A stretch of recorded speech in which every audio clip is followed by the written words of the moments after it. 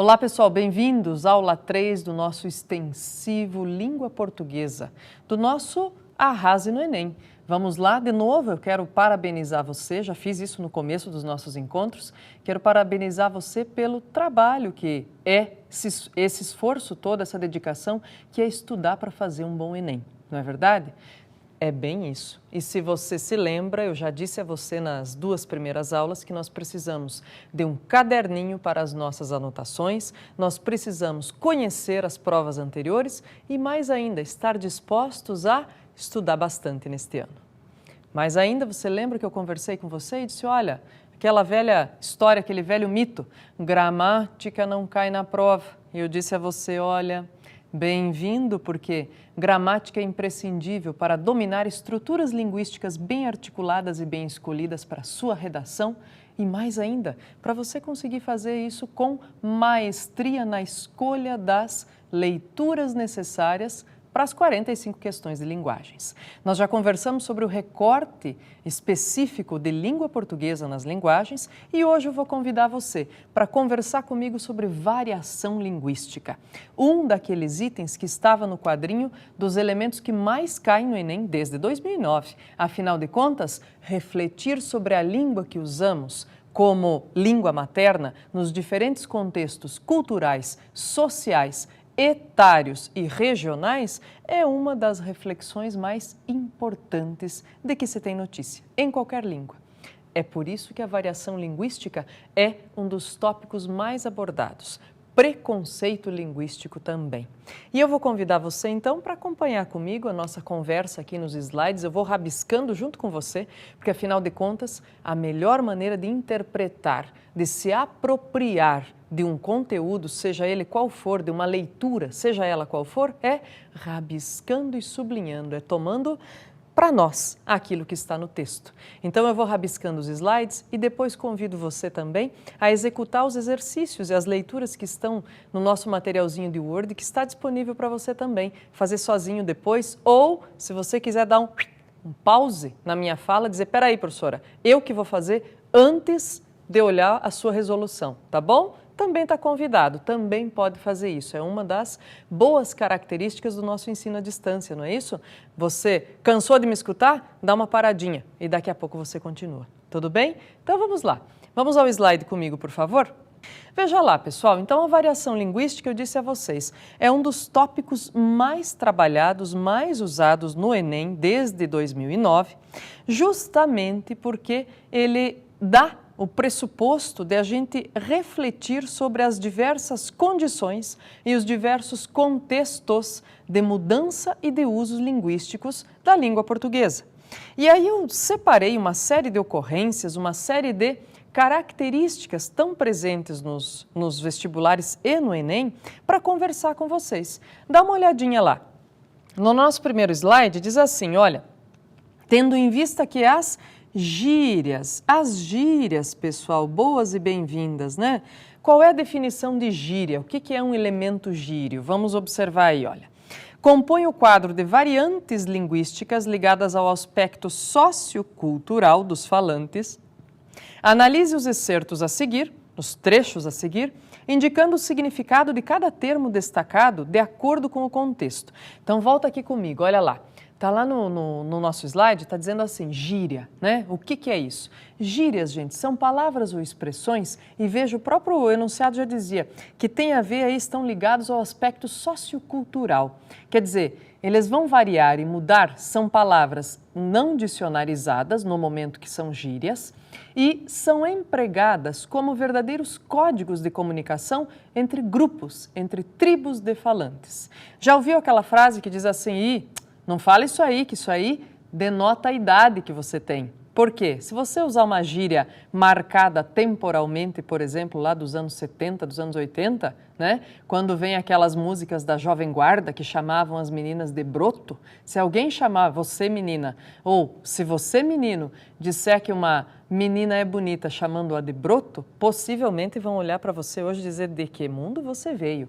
Por quê? Porque é uma gíria marcada temporalmente, né? Ela perdeu o seu espaço, algumas delas, gente, delas, gente, perdem justamente, caem em desuso, têm marcações temporais muito bem estabelecidas, outras ganham o dicionário e viram palavras empregadas em textos formais, inclusive da nossa língua, né? Então, e vão surgindo o tempo todo de acordo com os grupos de falantes. Então, vamos ao nosso slide, lá vamos perceber aí os excertos. Diz assim, então, tendo em vista que as gírias compõem o quadro de variedades linguísticas ligadas ao aspecto sociocultural, analise os excertos a seguir indicando o significado de cada termo destacado de acordo com o contexto. Dá uma olhada lá, na letra A. Possivelmente não iremos à festa. Lá, todos os convidados são patricinhas e mauricinhos.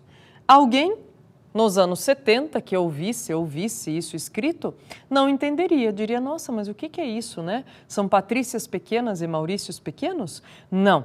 Para nós, depois do final dos anos 90, nós falantes de português, o patricinhas e mauricinhos ficou conhecido como o quê? É um diminutivo pejorativo para dizer o quê? Ah, são filhinhos de papai. Entre aspas, né, gente? Mais uma expressão gíria, eu estou usando para dar o significado aqui. Letra B. Nossa, como meu pai é careta, não permitiu que eu assistisse àquele filme.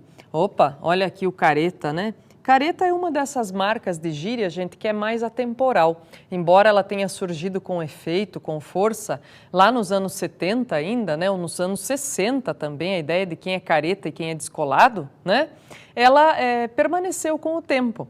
Também dicionarizou-se ainda como gíria, mas ela permanece hoje entendida, compreendida entre as várias gerações e principalmente entre os jovens. Se a gente disser broto, possivelmente muitos jovens não vão entender, né? Mas se a gente disser careta, careta é um dos aspectos que ainda se domina com bastante maestria e também muitos jovens dizem, ih, que careta você, hein? Que antiquado, é isso que significa. Vamos colocar lá no nosso slide, então? Vamos lá? É antiquado, né? Olha, que retrógrado você. Não permitiu que eu assistisse àquele filme. Eu sei que não estamos falando disso, mas que bom que apareceu, né? Uma crasezinha boa e bem-vinda, dentro de hora. Certinho aí a crase, por quê? Pela regência do verbo assistir, né, gente? É quem assiste, assiste a alguma coisa. Então, certinho aí. Letra C. Os namoros resultantes da modernidade baseiam-se somente no ficar. Olha só, também outra gíria que dominou a conversa dos adolescentes nos anos 90 em diante, né? A ideia de ficar é o quê? Não ter compromisso, né? Os relacionamentos entre adolescentes, principalmente, passaram a ser regidos nos anos 90, começou a se dizer esse nome, o ficar, usar esse verbo ficar, para relações sem compromisso, né? Nos vemos, nos encontramos na festinha e ficamos, mas não estamos namorando, também não estamos noivos, também não somos só amigos, estamos ficando. E passou a ser essa espécie de limbo de relacionamento que os pais não entendiam muito bem, né? Hoje já ficou mais claro essa nova acepção do verbo ficar como gíria aí, mas ao mesmo tempo ainda é para muitos adultos, para muitas pessoas mais velhas, um limbo entre o que é isso? É ser amigo, é ser namorado, é amizade colorida? Que nome é esse, né? Então são gírias que vão ganhando corpo aí, ganhando vulto. Mais um pouquinho lá. E aí, mano, estás a fim de encontrar com uma mina hoje? A parada vai bombar. Nossa, tem várias nessa aqui, né? Tem um mano, aqui tem um vírgulazinha. E aí, uma mina, a parada vai bombar, olha só. É só o mano que está sublinhado, mas a mina, a parada, o bombar, são todos gírias desse mesmo elemento sociocultural, né? Mano é garoto, rapaz, menino, moço. Mina, as meninas, né? Uma redução aí para menina. A parada quer dizer a situação, o lugar, a festa, ou enfim, é uma gíria que serve para várias outras coisas. E vai bombar é que vai estar o quê? Vou usar outra gíria para dizer isso, vai estar irado, né? A festa vai ser forte, vai ser muito legal, muito bacana, tá bom? Último item do nosso slide, olha só. Aquela aula de matemática foi péssima, não saquei nada daquilo que o professor falou. O sacar também, gente, é uma gíria que prevalece aí com o passar do tempo, é mais usual nos anos 80, mas até os dias de hoje, né? O pessoal usa muito a ideia de sacar como entender, compreender, né? Não entendi. É isso, não entendi nada daquilo que o professor falou. Então, vejam, pessoal, olha, as gírias fazem parte do nosso vocabulário, do nosso cotidiano, são marcas de oralidade, certo? Aí você me diz assim, mas e para escrever um texto, eu posso usar gíria? Cuidado, né, pessoal? Em geral, as orientações, e no Enem não é diferente, as orientações para escrever um texto para ser avaliado são de que você use norma padrão da língua portuguesa e ponto, né? Norma padrão da língua portuguesa significa não fazer uso de coloquialidade, de elementos da oralidade, tampouco de gírias, tá bom? Então, toma esse cuidadinho aí no que é aparente, no que é contextual e no que se pode usar, certo? Embora não possa usar num texto formal, elas estão aí pululando o tempo todo na nossa fala, no nosso dia a dia. E é por isso que merecem a nossa atenção como elementos de transformação da fala, de transformação da própria língua. Mais um pouquinho aqui conosco, gente. Vamos lá para o nosso slide. Olha só, falando em gíria, também quero falar de um elemento bem importante na transformação, na variação das línguas. Esse elemento se chama empréstimo linguístico. Olha só que interessante, gente. Os empréstimos linguísticos são palavras que vêm de outras línguas e que são incorporadas para a língua materna. Isso acontece em português, isso acontece em inglês, em francês, em italiano, em polonês, em qualquer língua que você queira da atualidade. Algumas têm mais restrições, outras são mais abertas a isso. Mas o importante é que é um fenômeno que acontece, gente. Tanto acontece que volta e meia há projetos de lei, por exemplo, no Brasil já houve um bem forte, para tentar proibir os estrangeirismos. Agora, o que inclusive se discute muito nas universidades, na formação dos professores de letras, é justamente isso, dizer, peraí, vamos entender que processo é esse, né?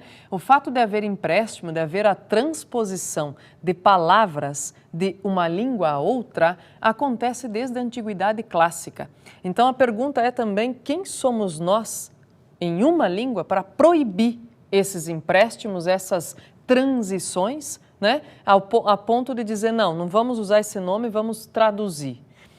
E aí vem as brincadeiras, porque a partir dos anos 90, gente, com o advento da computadorização, da informatização, se passou a criar uma série de palavrinhas novas ou inclusive de trazer palavras, já que assim, vamos pensar, a internet e os computadores, de maneira geral, são tecnologias desenvolvidas em língua inglesa. Então, eles trazem muitas palavras da língua inglesa.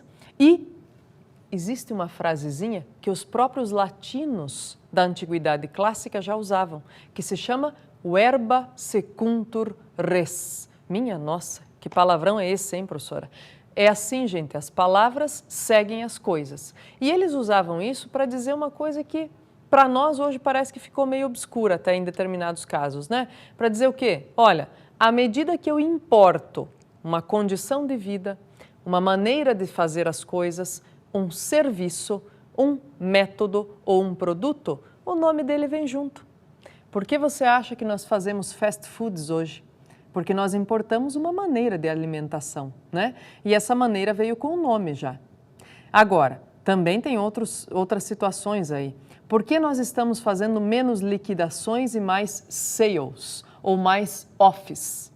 Aí tem uma questão também, pessoal, que entra a variação aí do exagero, né? E daí nós vamos ver aí no textinho do Luiz Fernando Veríssimo, que já foi elemento aí de prova da FUVEST. O que acontece, gente, é que há uma diferenciação que se cria, às vezes, pensando que usar palavras estrangeiras dão um status maior àquele serviço ou àquele produto. Por isso tem se feito muito sale ou off, né? Por isso, em muitos lugares, você não vai encontrar um cabeleireiro, mas um coiffeur, né? Então, quer dizer, você vai encontrar isso de maneira muito evidente, principalmente na divulgação de produtos e serviços. Dá uma olhadinha aqui no slide comigo, acompanhe. Nós vamos ver aí o textinho do Luiz Fernando Veríssimo. Diz assim, capitulação é o título do poeminha dele. Delivery até para telepizza é um exagero. Há quem negue? Um povo com vergonha da própria língua já está entregue.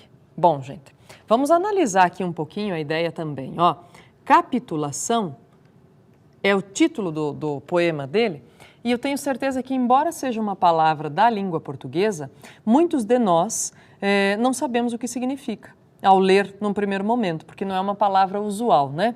Mas capitulação, gente, é submissão. Então é você se submeter, em alguns casos se humilhar a alguma coisa, né? E aí vem a ideia, delivery. Bom, delivery nós sabemos o que é. É o nosso bom e velho entrega a domicílio ou em domicílio, os dois valem, né? Ou entrega em casa. Ok. O que ele está dizendo? Delivery até para telepizza. Por quê? Qual é a crítica que ele estabelece aí, gente? É dizer assim, ei, uma coisa é o verba secuntur res. Uma coisa é a gente importar o modo de fazer ou o produto e importar também o nome dele.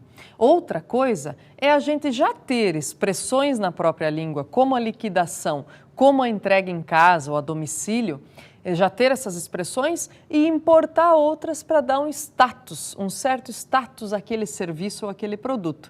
É isso que ele está ridicularizando, que ele está tirando um sarro aqui. Volta para o slide comigo lá.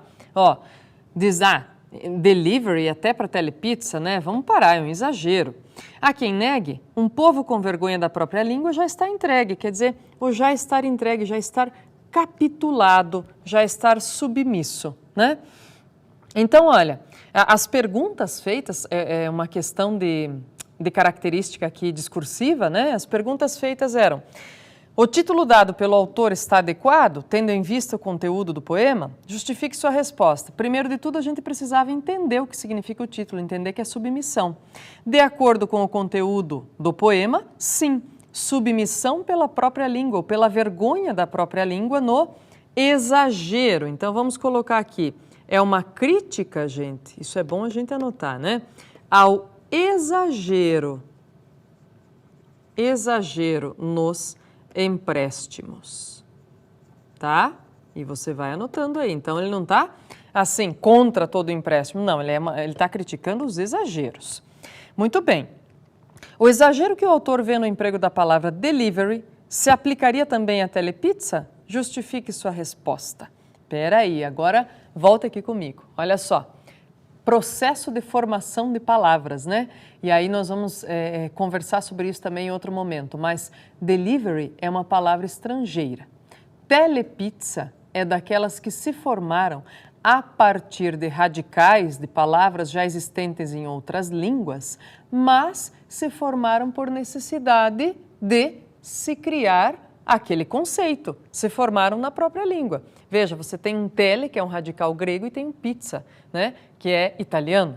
E aí você vai ter o que aqui? Vamos lá olhar a questão de novo. Olha, então o exagero do delivery é o mesmo que se vê no telepizza? É um exagero também? Não, gente. Por quê? Porque esse aqui, o telepizza, se criou a partir da criação do serviço. Então, aqui, criou-se pelo serviço oferecido, pela criação do serviço. É isso aí. Então, empréstimo linguístico, gente, também é um tipo de variação. O autor está criticando aqui o exagero do empréstimo linguístico, certo? Muito bem. Então, vamos adiante. Mais um pouquinho aqui comigo. Olha lá. Tipos de variação. E eu vou conversando com vocês sobre algumas variações que já apareceram no Enem aí com bastante ênfase, tá bom? Dá uma olhadinha lá comigo. Antigamente, texto do Carlos Drummond de Andrade. Antigamente as moças chamavam-se mademoiselles e eram todas mimosas e muito prendadas. Não faziam anos, completavam primaveras, em geral 18. Os janotas, mesmo sendo rapagões, faziam-lhes pé de alferes, arrastando a asa, mas ficavam longos meses debaixo do balaio. O que ele está usando aqui, pessoal? Todas palavras que para nós hoje são antiquadas. Mas eu não estou dizendo antiquadas no sentido pejorativo, é velharia. Não, são antiquadas porque de fato nós desconhecemos o significado delas, né? Ele está tratando de ações que mudaram de nome com o tempo. Essa variação aqui, então, vamos lá, é uma variação cronológica, né? É uma variação cronológica, portanto, uma variação temporal, né? Uma mudança diacrônica na língua, ok? Muito bem. Agora dá uma olhadinha aqui, poema do Oswald de Andrade, olha só. Vício na fala, para dizer em milho dizem mil, para melhor dizem mió, para pior pió, para telha dizem teia, para telhado dizem telhado. E vão fazendo telhados.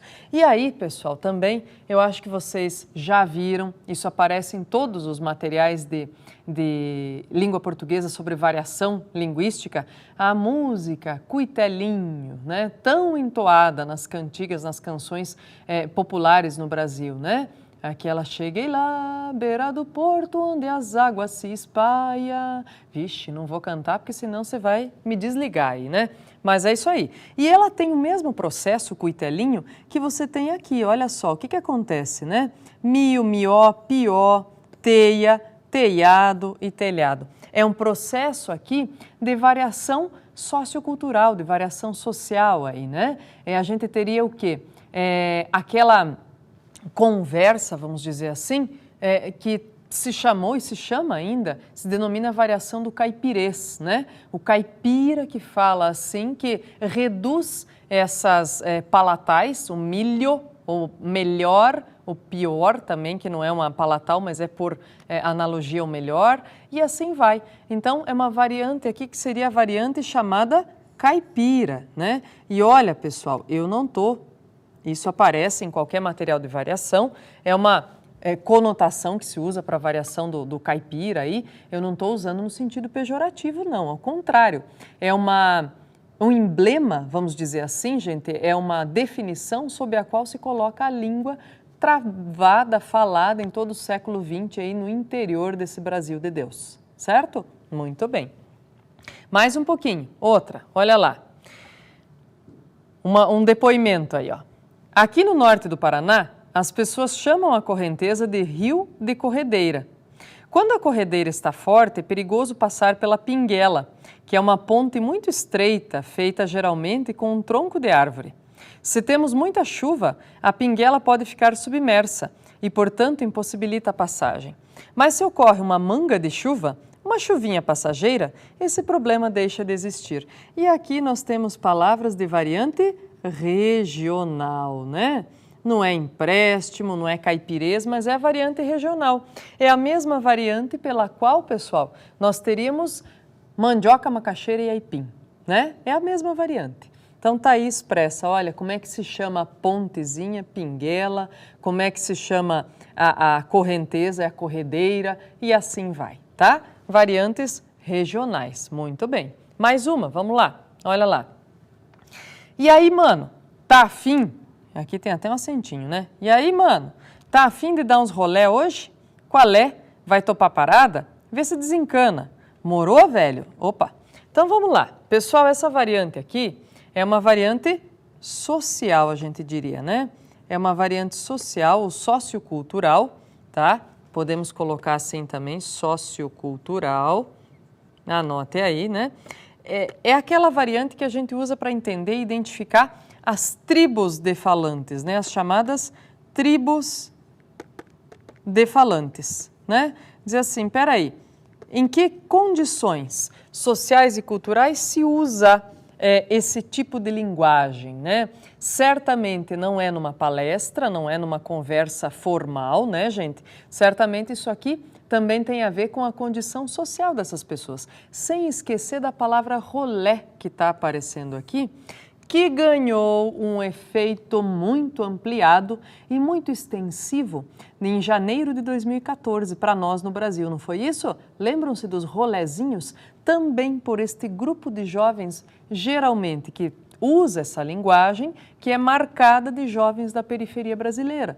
E o que acontece? Esses rolezinhos foram também uma espécie de movimento social, movimento cultural, e eles têm a ver, claro, com a língua que fala, ou com o recorte de linguagem, com a variação que usa esse grupo que fala esse recorte, né? Então, tem muito a ver, claro, com o contexto sociocultural. Mais um pouquinho, vamos lá? Bom, vamos observar, pessoal, tem um trabalho muito bacana que se chama O Brasil das Placas. Está online, virou um livro aí, publicado pela revista Quatro Rodas, inclusive por um pesquisador que fez isso durante anos, observou as placas que aparecem no Brasil misturando fala e escrita. Misturando fala e escrita e gerando ambiguidades, muitas das vezes, ambiguidades. Veja o que acontece aqui nessa placa. Família muda, vende tudo. Bom, claro que a gente está entendendo aí que, por motivo de mudança de endereço, essa família está vendendo todos os móveis, tudo que tem na casa. Mas, família muda? Ora, pode ser o verbo mudar, mas por essa combinação também pode ser que a família inteira seja muda, a família inteira não fala, né? Então tem isso também, tem esses quesitos de variação. Outra, proibido colher flores, sujeito a multa, apreensão e a passar vergonha, né? Então, veja só, aqui tem um problema de paralelismo também, que é digno aí da variante coloquial, né? Por quê?